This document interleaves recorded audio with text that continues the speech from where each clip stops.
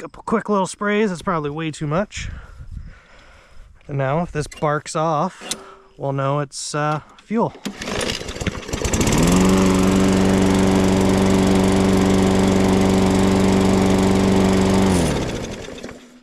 So yep, this one we know is a fuel issue.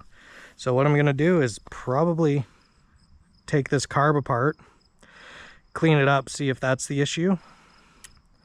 And now let's try this one too. Again, this is something that I should have done from the get-go. This one, give it to me. Give it. Give it. There we go. All right. I think this is the same idea. Toss that over there. For a couple little schnorts. All right.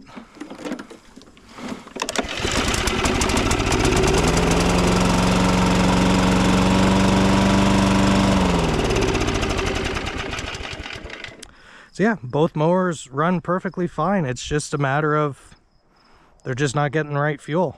So gonna drain both of their tanks, and then from there, this one I'm gonna do first.